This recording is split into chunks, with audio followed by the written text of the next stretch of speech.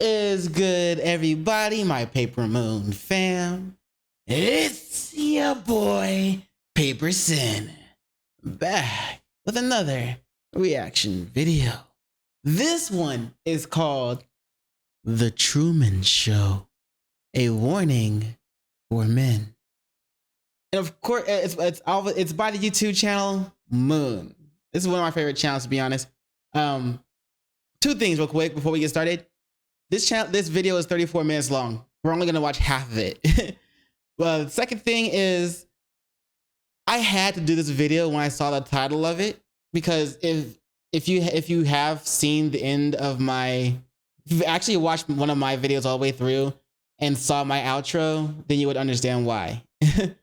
But anyway, let's get started. Let's check it out. Check it out. You know what I'm saying?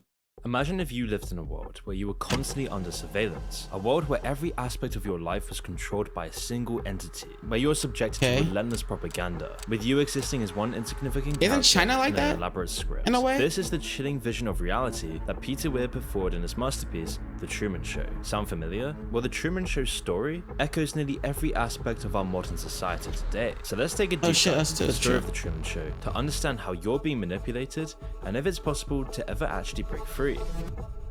Show me why. Show me why. The movie begins with the credits showing the actors playing characters in Truman's life. As they describe the lifestyle of working on The Truman Show, they have no issues with it. It's a lifestyle for them. It's a new way of living. As they repeatedly state that nothing in The Truman Show is actually fake, they say it's just controlled. As they bring up the question, is there really a difference between true reality and a manufactured reality, if you can never really tell the difference? Because everyone on the show believes that what they're doing is for the greater good. And by being manufactured, perhaps this reality is better than real reality.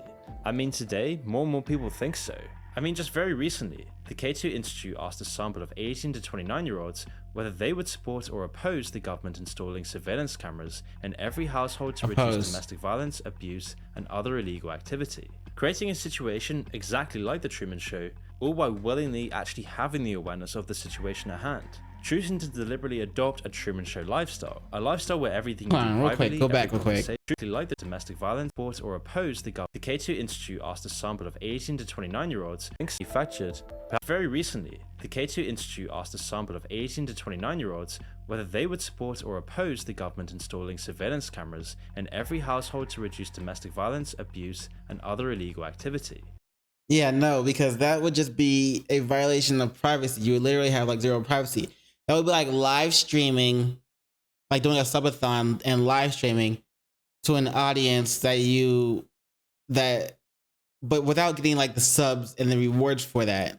And this audience is actually checking to see if you're doing anything illegal, and you would automatically get swatted if you do anything illegal or consider it bad.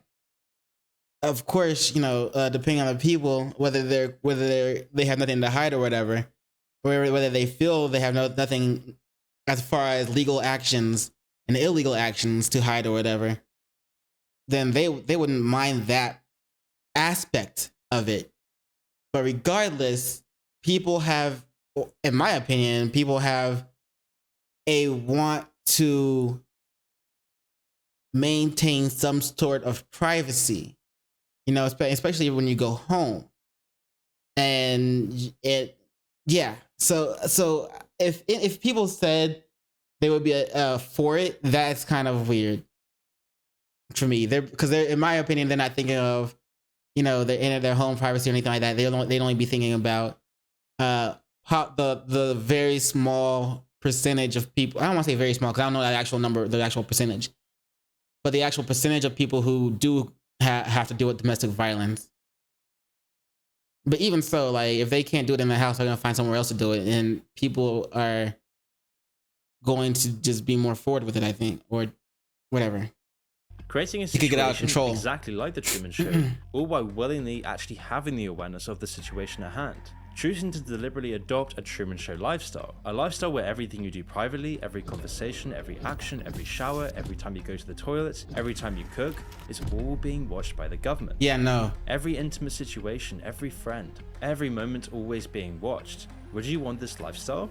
Well, the survey found out that 1 in 3 people actually did. What which the is fuck? a horrifically large amount of people who admitted that they would actually favor the government watching everything they do inside of their own house rather than just being left alone. And this surveillance would be then used to police social media and enforce conformity to certain narratives, with AI being used to monitor for certain movements, patterns of behavior, or keywords that could trigger an alert. Which Hell sounds no. all too familiar to our current world today. I mean, if people are willing to comply with this, then perhaps it's not so crazy to think that people would willingly choose to live in the Truman Show. And by understanding this, we can understand the rest of the movie. The film continues with a monologue by Christoph, who outlines the central premise of the movie. Truman, the protagonist, is an unsuspecting lead of a reality TV show that revolves around his life. Truman, an orphan since birth, has been raised to believe that he is an ordinary individual residing in the picturesque town of Sea Haven Island. However, the reality is, this world is completely false. Every person in his life, including his mother, best friend, and They're all wife, actors. are all just paid actors. Sea Haven Island is also fake. In actuality, it's a vast set enclosed with a gigantic dome. And it's this arrangement that provides Christoph, the director of The Truman Show, with total control over Truman's life and environment. This control extends from manipulating the weather to the day-night cycle, and even the positioning of the stars in the sky. Truman's every movement is broadcast globally, with additional funding for the show being derived from product placements.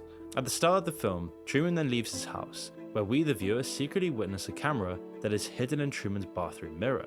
And as we watch him, Truman is just going to work, having another regular day as he's watched by an audience. Right. He greets his neighbors, makes coffee, and gets into his car. However, just before he drives off, a stage light falls from the sky, landing on the road outside of his house. Truman then inspects the light, noticing it's labeled Sirius, referring to the brightest star in the night sky.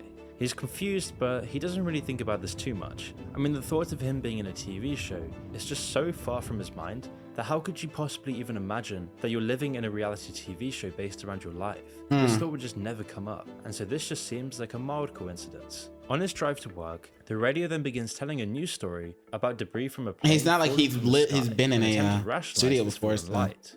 The radio then discusses the dangers of flying, marking one of the first subtle subconscious manipulation attempts by Christoph. An aircraft in trouble began shedding parts as it flew over Sea Haven just a few moments ago. Think of flying somewhere? Nope. Oh, good. All to brainwash Truman into having a fear of flying and discourage him from leaving the island. And this subtle manipulation persists throughout the film. For instance, when Truman finally gets to work, Truman's boss mentions a task that would necessitate a boat trip to intentionally trigger Truman's aquaphobia. And by forcing him to go to the water and forcing him to see a sunken boat at the dock at the bay, this then further reinforces his fear subconsciously. This way he'll never want to get in a boat, as being face to face with his greatest fears is keeping this potential danger strong in his mind. And the fact that Truman can't overcome this manufactured fear-mongering means that he's always kept weak and controlled. That makes me, because I didn't think about some of these things when I every time I watch this movie.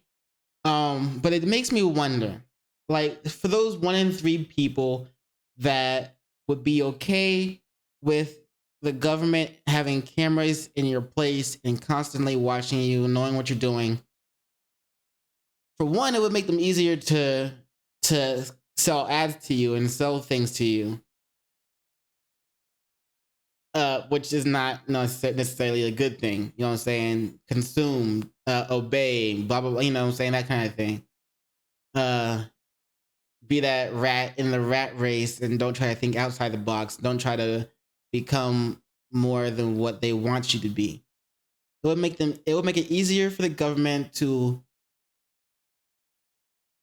well, do those subtle manipulations into creating you into a drone, in a way, or as fucking Nico would put it, a bot. But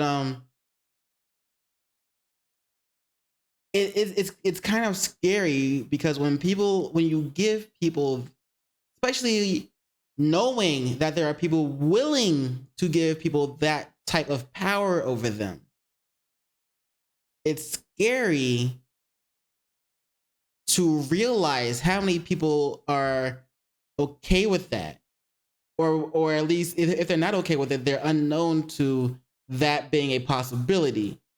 That's how trusting they are to things that they don't question.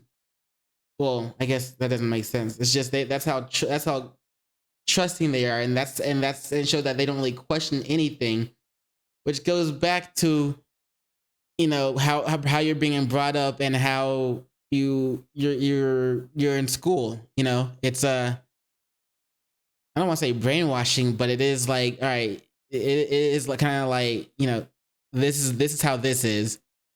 2 + 2 is 4. Don't question it.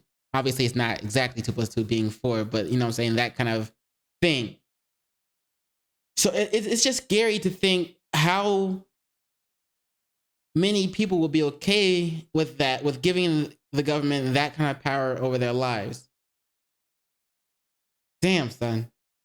I mean, I get it if you grew up, if you're like Truman, he grew up not knowing that. But even when Truman finds out, he leaves. He has the option of staying and having his life be controlled, or leaving and facing the real world, and he leaves. And this is exactly what happens today in our own world, where we are constantly bombarded with fear to control what you do. One of the most common examples of this comes from the world's most influential people telling us that the world is going to end just around the corner if you don't pay more taxes and reduce your quality of living. We will raise Canada's price on carbon pollution, rising by $15 a tonne starting in 2023, and rising to 170 Canadian dollars per tonne by 2030. People like Greta Thunberg, who has repeatedly warned and even tweeted in 2018, quote, "A top climate scientist is warning that climate change will wipe out all of humanity unless we stop using fossil fuels over the next 5 years." And humanity really hasn't been wiped out. And this isn't just a one-off. This constant fear is always drilled into us, that humans are going to be extinct in just a few years, unless you give the government more power, more control, and reduce your quality of life even more. And when these predictions are proven false, they will always say another date again and again. And if you don't believe me, The Guardian, for example, claimed that European cities would be submerged and Britain would have a Siberian climate by 2020. And of course, this was complete BS. Establishment leaders like Al Gore claimed Arctic summer ice would be gone in 5 years in 2009. And the Arctic ice cap is actually thicker and growing. We'll go back a few decades. I remember hearing about that. Claimed that there would be global cooling instead, when now it seems like we're in global warming. Ocasio-Cortez recently claimed that the world would end in 12 years if climate change was not addressed. And yet, if you look at this pattern of predictions, it seems like this deadline will simply be extended again, perpetuating the cycle of alarmist predictions. All while the elite fly around in private jets constantly, emitting tons of CO2 with their extravagant, luxurious lifestyle, all being fueled by fossil fuels while they lecture you to pay more carbon tax and pay higher bills. So people are getting scared into believing one thing, and then it doesn't happen. Time gets extended. They get scared again for another thing, and then they put that back out there, and they keep getting scared over and over again for what's to come. And that constant fear is cycling in through the media, through the world, and shit like that, trying to force people into constantly being afraid while other shit is happening, it seems. The movie then transitions to Truman confiding with his best friend, a deep-seated desire to break free from the confines of Seahaven Island and all of the madness around him, and instead to venture off to Fiji, a place that symbolizes freedom and adventure for him. And as Truman grapples with his yearning for change, he is haunted by flashbacks of a tragic incident from his past, the death of his father in a boating accident. This event, which was orchestrated to instill a fear of water and keep Truman on the island, continues to cast a shadow over his entire life. But in a shocking twist, Truman encounters his supposedly deceased father on the streets of Seahaven. The sight of his father alive and well leaves Truman stunned. However, before he can approach his father and finally see the truth, his father is whisked away on a bus under the guise of a homelessness cleanup operation. But it's this encounter that serves as a catalyst for Truman questioning his entire world. And this is when Truman's life changes forever. Because it's the Matrix under the guise. Watch right behind Jim on his left side over here. Watch. Of a homelessness cleanup operation. The puppy, right? But it's this encounter that same puppy as a catalyst for Truman questioning his entire world. The Matrix. And this is when Truman's life changes forever, because it's in this moment that he begins to realize that every aspect of his daily life is crafted with a hidden agenda. The television programs he watches echo the same narrative. The media headlines consistently endorse the beliefs they want Truman to adopt. Even the people that Truman interacts with on the daily repeat the same scripted lines and positive affirmations. Propaganda from Christoph permeates deep inside the society, much like its pervasive presence in our own society. Because just like Truman, we are constantly inundated with propaganda designed to keep us blissfully ignorant of the reality around us. platforms to push their own personal bias and agenda to control exactly what people think. And this I remember seeing this. Hold on. If you guys have never seen it before, real quick. Hold on. What was it called? What was it actually called? Hold on.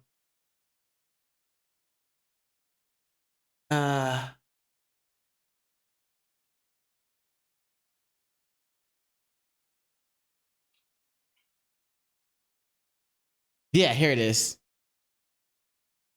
Right here. While polls show Americans are increasingly worried about so-called fake news, they also show that many trust their local news more than other sources. The largest owner of local stations in the country is Sinclair Broadcasting. A viral video of Sinclair news anchors has again raised concerns about the way in which the company mixes news with partisan political opinion. William Brangham updates his story about on every single one of the 193 Sinclair stations across the country. Eric Lipton has arrived at a large chunk of the marketplace already, but it's hoping to get bigger still. In 2016, 46... That's not what I was looking for.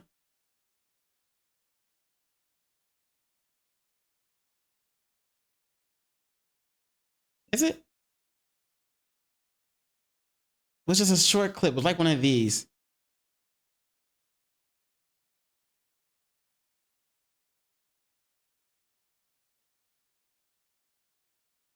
Hi, I'm Fox San Antonio's Jessica Headley. And I'm Ryan Wolf. Our greatest responsibility is to serve our Treasure Valley communities, the El Paso, Las Cruces communities, Eastern Iowa communities, Mid-Michigan communities. We are extremely proud of the quality, balanced journalism that CBS 4 News produces.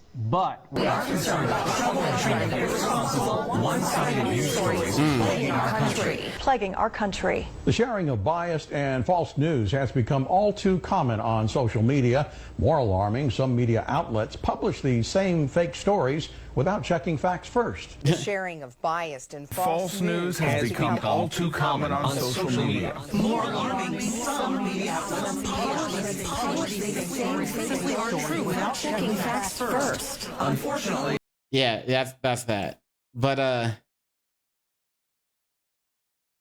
yeah, pervasive presence in our own imagine. society. Because just like Truman, we are constantly inundated with propaganda designed to keep us blissfully ignorant of the reality around us. platforms to push their own personal bias and agenda to control exactly what people think. And this is extremely dangerous to our democracy. I mean, everywhere nowadays, we see madness. That is extremely breaking dangerous to our entire democracy. society. Just recently, a school union was in controversy for an interaction between two students and a teacher after an insane, aggressively demented lecture from the teacher with the two 13-year-old girls. Saying things like should be in an asylum. I didn't say that. If they want to identify as a cat or something, then they're like genuinely unwell. What was this lecture about? It was about the two girls not accepting that their classmate was actually a house cat. And because these girls wouldn't accept that their classmate was a cat, the teacher exploded in rage, calling these students despicable for not believing their classmate is a cat. The teacher had branded a 13-year-old girl despicable because she refused to accept that a classmate identified as a cat. This I think I remember hearing about in that. Schools. It's now in every corner of society. And if you don't like it, you'll be banished from all culture institutions, social platforms, and just society as a whole.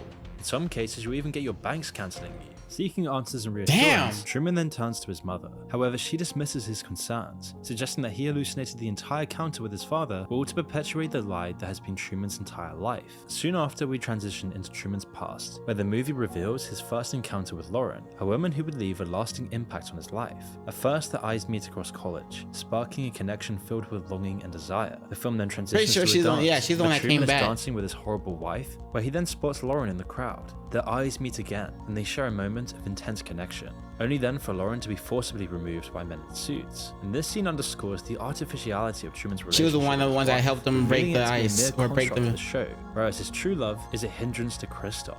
The next scene then goes to a library at the college, where Truman spots Lauren's hand adorned with a pin that reads, "How is it going to end?" suggesting that Lauren has actually infiltrated the set in a bold act of defiance against the show's message. Because Lauren is a beacon of truth in this world, but her attempts to reveal the truth are always silenced and suppressed, there's that scene. as her voice is repressed constantly. Any sign of protest is crushed, and Truman has no idea what's happening. And then as we see Truman trying to recreate Lauren's face, it's clear that the only purpose in Truman's life is to find her, to find the truth, and escape this artificial world that he lives in. And all while this is happening, people across society in the real world are watching Truman's life eagerly. And as disgusting and dark as this may seem, many of us don't realize that in many ways, we have multiple versions of the Truman Show happening simultaneously, and a real life version of the actual Truman Show could be created sooner than you think. You see, with the world of content at our fingertips, and the ability to instantaneously demand exactly what we want, exactly when we want it, one desire remains constant across the board. People want to see a representation of the human experience that is authentic. And whilst this desire to be a voyeur of the authentic has existed for as long as entertainment itself, the bar for what is considered truly authentic has constantly been raised. For a long period, reality TV quenched this thirst for genuine characters and stories. We watched shows like Survivor and Real World that showed us how real people handle extreme, albeit planned, situations. Shows like The Kardashians took this a step further by giving us a glimpse into how real people handle the struggles of their own lives, no matter how mundane and ridiculous. But as social media grew, access to all of these seemingly mundane moments in other people's lives grew with it. And despite similar content being deemed too dull or too raw by television studios in the past, online audiences were proving them wrong, turning vloggers and lifestyle influencers into overnight stars for just recording and posting their everyday lives. I don't know if you can really call Kardashians quote unquote real people. Yes, they're like, you know, human beings and shit, but they got like famous off of a sex tape that was, you know, apparently according to Ray J, that whole blow up thing from the sex tape was an act, was scripted, and you know now a lot of them are just kind of scammers and stuff like that, or alleged. Anyway, I'm not gonna get into that. But real quick, thinking about the Truman Show, right? Imagine if and the real life Truman Show being he said being a possibility that it might happen, right? What if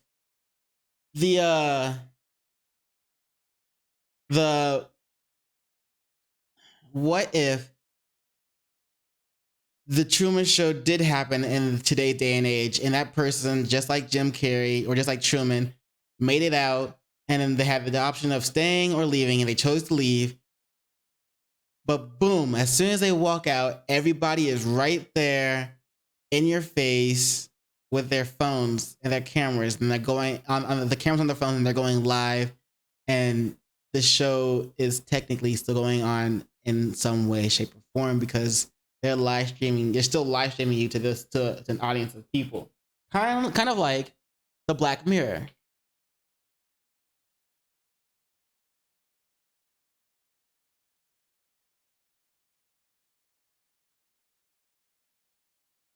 Where no, where is it? Not this one. It was the episode where like the lady was running and she was getting recorded by her phone.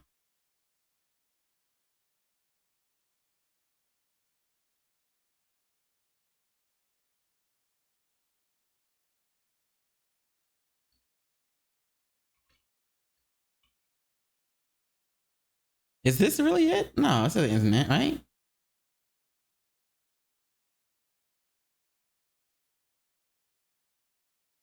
Like I know one person was running through like a neighborhood, and people were just with their phones. Just it wasn't this.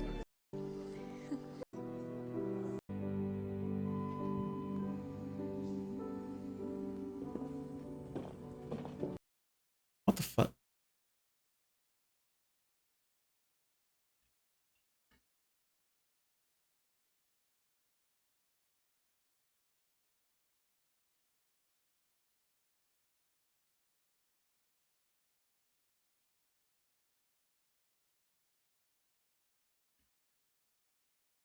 I can't find it. I don't think I can find it. But y'all know what I'm talking about, right? Keep getting that same fucking thing.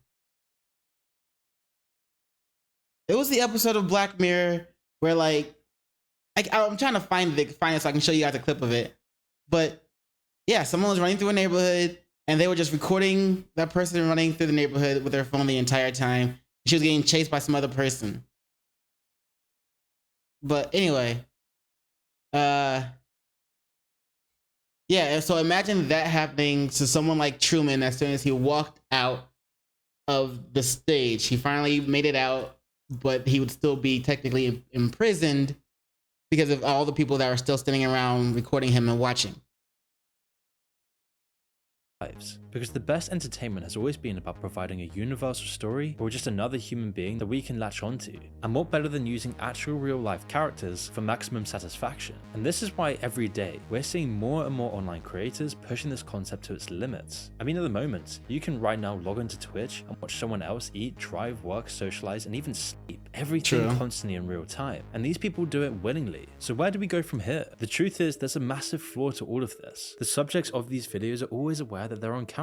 So how can someone be who they really are when they know that they're always being watched? Of course they can't. And so this creates a demand for something like why do you think you have to watch? And the truth is that media companies like Amazon have already started experimenting with smaller scale versions of this format. I mean, just earlier this year, Amazon Studios released their series Jury Duty, which stars Ronald Gladden, a non-actor who thought he was volunteering to be a juror on a real case. But unbeknownst to Gladden, nothing in this court case was real. The case was made up. The judge, his fellow jurors, the defendant, the attorneys, the courthouse security, and every single person he interacted with over the course of the 17-day trial were all comedic actors. And during that period, Gladden made friendships that he thought were actually real, making decisions that he thought would change people's lives forever. But it was finally revealed to him that the cameras he thought were there to capture footage for a documentary were there simply to let us all in on the joke that he was unknowingly the subject of. And while the compensation of $100,000 was there to soften the blow, this seemed to make this whole thing appear much less sinister than it sounds. And its overwhelming success with audiences and critics set a precedent that really wasn't there before, because Jury Duty isn't a major media company's first attempt at the Truman Show format. It's just the first one that resonated with audiences. But even more creepy is that in the early 2000s, Channel 4 attempted two similar shows, Bed Sitcom, where 3 non-actors from the public were moved into a stage flat with 3 actors posing as flatmates, and the far more elaborate and expensive one, Space Cadet, where 9 real people were asked to quit their jobs to train for a month and participate in what they thought was an actual mission to space. Both shows received a mixed reception and were criticized for being manipulative and for being psychologically damaging for their involuntary participants. One of the actors in Space Cadets, Charlie Skelton, even spoke about the effect the show had on him despite knowing beforehand that the whole thing was a hoax. He said, quote, "For about a month after the end of the show, I thought I was on camera all the time. I would wake up at night and think there were cameras in the corner of the room. It was quite disturbing." And so just imagine the effects the experience had on the non-actors. And Ronald Gladden, the subject of Jury Duty, also expressed something similar. However, the discourse surrounding Amazon's Jury Duty now, nearly 20 years later, isn't nearly anywhere near as controversial. In fact, it's overwhelmingly positive. The series has even been nominated for multiple Academy Awards. So now that the world has told them already, it's almost a certainty that Amazon and rival streaming companies will continue to try and replicate and expand upon the success of this Truman-esque format. But when companies with endless resources like Amazon, Disney, and Apple are all encouraged to push the boundaries of a format like this and turn up the dial in pursuing a way to capitalize the ever-growing demand for the ultimate authentic character study, it seems that all roads lead to us being glued to a screen, watching a person who has the misfortunate fate of being the real Truman Burbank. As Truman reflects on his past. So real quick, we're gonna actually end the video, this video right here, but it seems to me like the media is running out of ways to captivate it or keep its audience captivated. You know what I'm saying? So they're trying to revolutionize real world type shows. You know what I'm saying? The real world experience type shows by doing things like, you know, Jury Duty and stuff like that, and like the other one about Space Cadets. So imagine, I can imagine that I can see a world where 20, 30 years, maybe longer, maybe shorter, less than that, where they actually have a child born in a very large studio that's around an entire island, a private island, with actors and cameras and constantly being monitored and watched. And I can see that being an actual, I can see the media getting to that point, and they're slowly working their way there. But it's not like they can actually just jump to it. They have to slowly make steps towards it before the audience, which is us, and before, you know, the legal reasons for doing it would be, would not go against them, you know? But imagine if the government actually, after something like that, you know, they kept working towards it, but eventually, excuse me, the government actually got the okay to put cameras in everybody's homes. It would start off with a city or town, or no, a small city or a small town, and would slowly but surely grow to every city or town and home in the US. Would your freedom still be called quote unquote freedoms? Like, we're supposed to be like the land of the free. We wouldn't after that. We'd just be the land of the monitored. But anyway, I'm going to personally, I'm going to finish watching the rest of this video. But so you can, if you want to see the rest of it, head over to Moon's channel. And because as always, link to this video and link to this channel will both be in the description below. So be sure to check them out. And while you're there, don't forget to do those 3 things I'd like to ask you to do. And like, comment, and subscribe. And don't forget to hit the notification bell for more videos. Yeah. And you know what it is after that, in case I don't see you. Good morning, good afternoon, good evening, and good night. Peace. Much love to you.